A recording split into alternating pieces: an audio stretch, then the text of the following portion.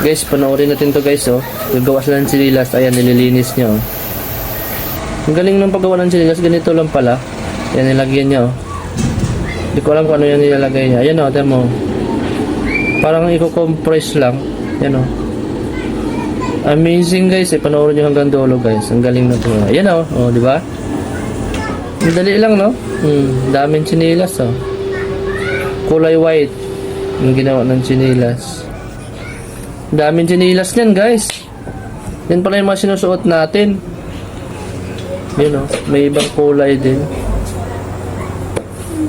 Yan, oh, nilagyan niya ng pampa-straight kasi parang baloktot siya, eh. Yan, oh.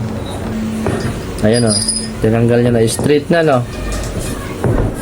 Ang galing, no? Ganyan pala paggawa ng sinilas. Tapos ayan, pinaris-paris niya, tinalian na niya. Daming sinilas niya, no?